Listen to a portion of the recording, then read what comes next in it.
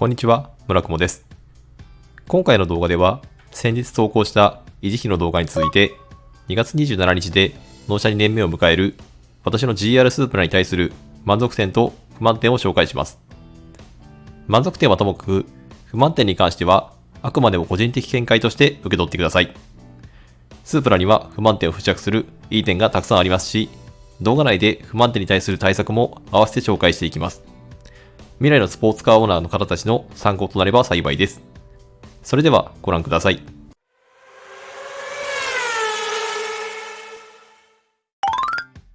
満足点の一つ目は、何より見た目がかっこいいことですね。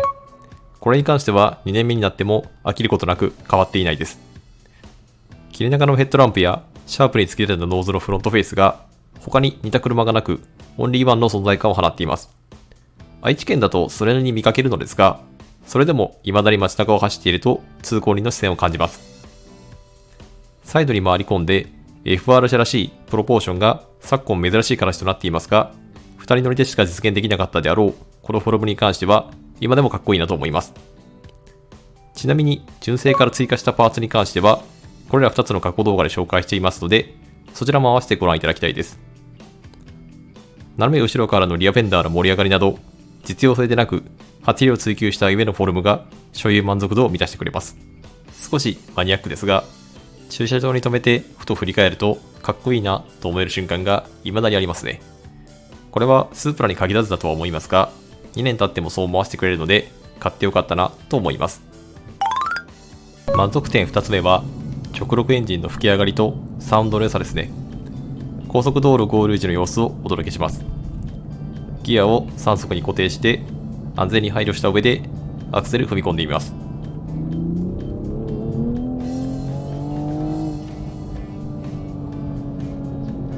このように鋭くエンジンが吹き上がり、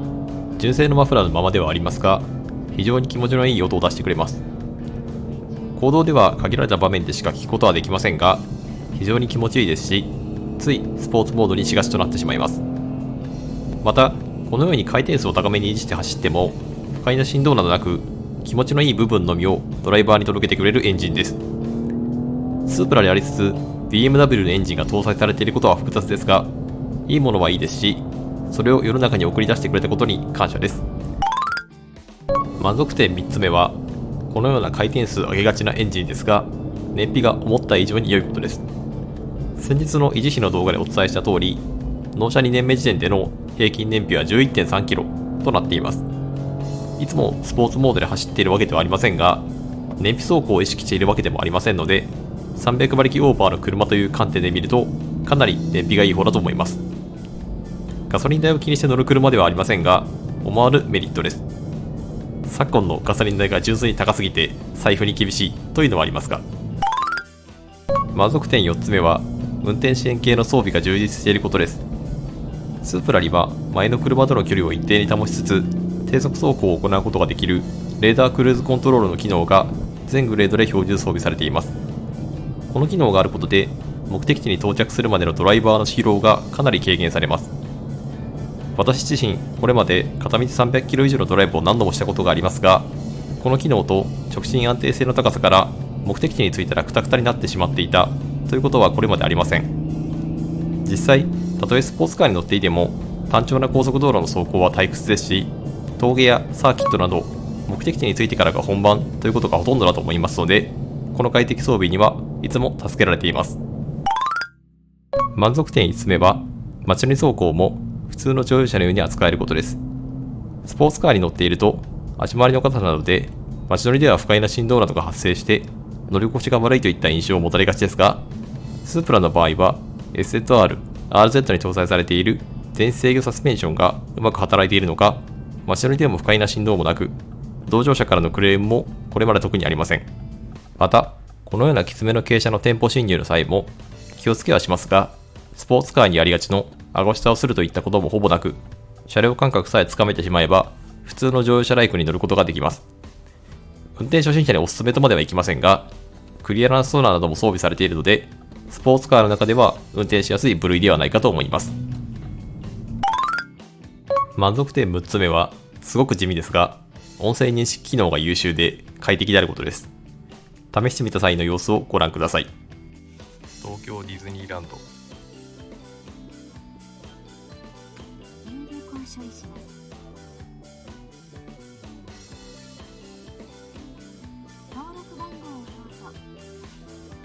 このように私の滑舌悪めの声でもしっかり聞き取り検索してくれます。Apple CarPlay 内の Google マップの音声認識も非常に優秀ですが、ヘッドアップディスプレイと連動した案内表示ができないため、メインは純正のナビシステムを使用しており、こちらも快適に使用できるのが何気にありがたいため、満足点に加えました。こちら、満足点のまとめとなります。満足点に関しては、納車されてからの1年を振り返るシリーズで挙げたものと、正直なところ、ほぼ変わっていないです。納車されてから2年経っても、変わらずの魅力があるということかと思いますので、3年目も大事に乗っていきたいと思います。続いて、不満点についてですが、あくまでも個人的見解であり、ここまでに挙げた満足点で十分お釣りが来るレベルであることを先に申し上げておきます。まず、納車1年目で挙げていた不満点がこちらになります。この中ですでに解決した不満点について、まずはご紹介します。Apple CarPlay が全画面表示できないことに関しては、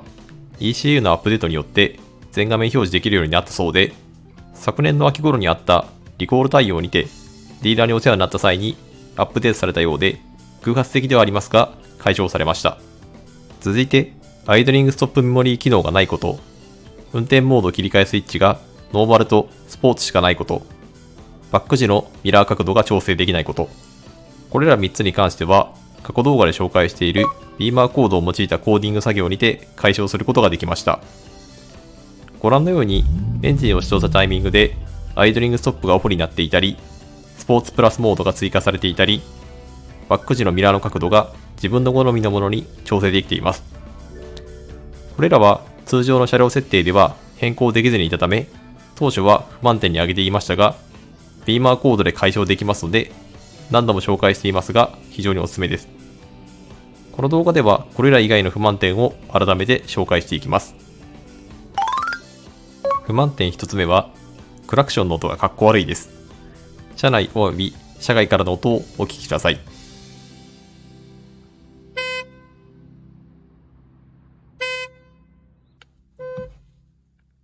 このような音となっており、なんというか高級感は感じない音となっています。Z4 の音はこのような音ではないようで、スープラはなぜこのような音となってしまったのかといった感じです。こちら DIY で何とかしたい感じですが、スープラオーナーの形で対策されている方がいればコメント欄にて教えていただきたいです。不満点2つ目は ETC ユニットの取って付けた感です。こちらに関しては1年目の不満点にも挙げていますが、未だに気になってしまっています。こちらに関しても Z4 はルームミラーと一体構造となっており、非常にスッキリしているので羨ましい限りです。こちらも DIY で対処できるかもですが、少し難易度高そうですので尻込みしているところです。今、納車待ちのオーナーの方で気になる方がいれば、一度ディーラーに相談してみても良いかもしれません。不満点3つ目は、点検のリマインドが煩わしいことです。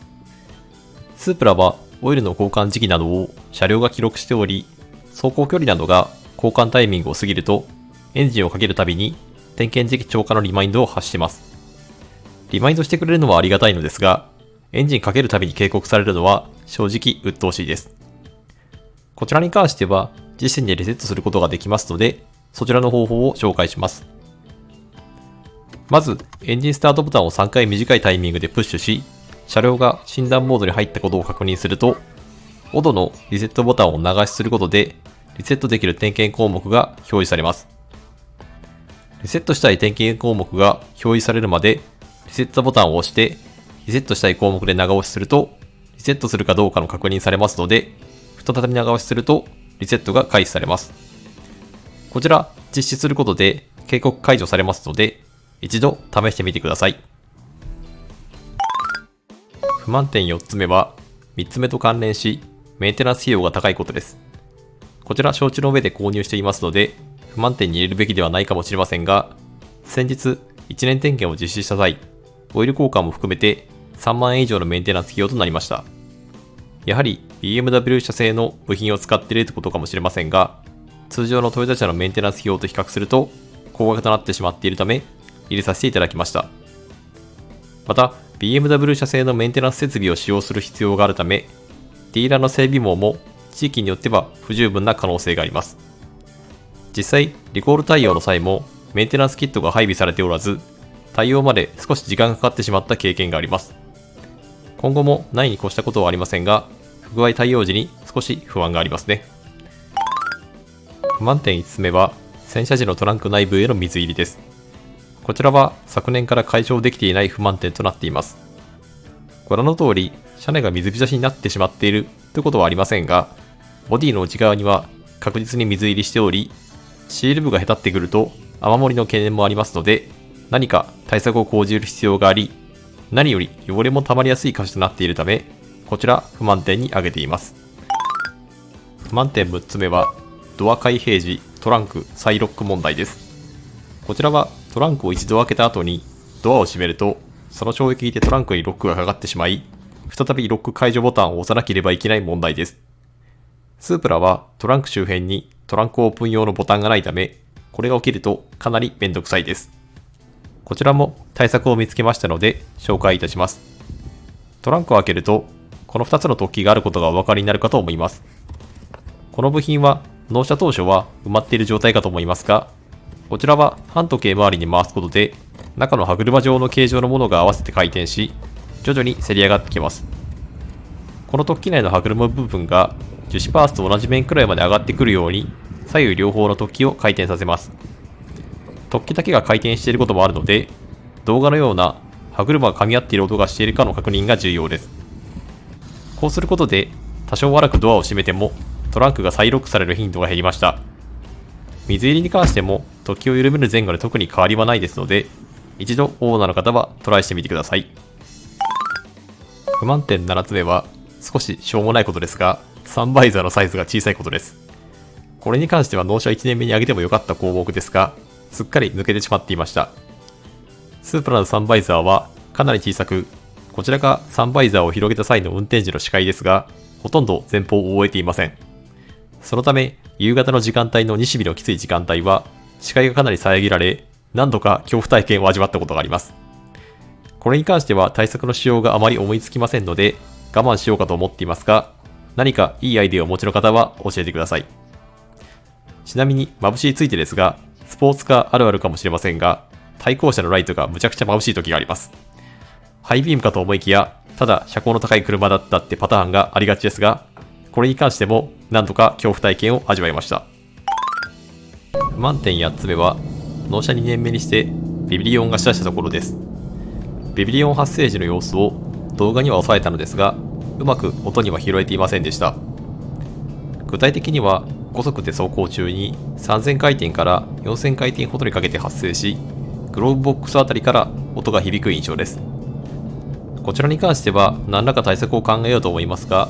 一度気になりだすといろんなところが気になってくるのがイオンの厄介なところですね。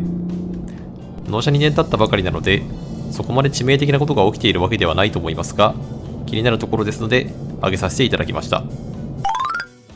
改めて不満点のまとめです。納車2年目を振り返り、気になるところを挙げさせていただきましたが、承知の上のものであったり、対策を講じられているものもあります。繰り返しとなりますが、個人的な見解かつ、スープラの魅力を損なうほどのものではないことを改めてお伝えさせていただきます。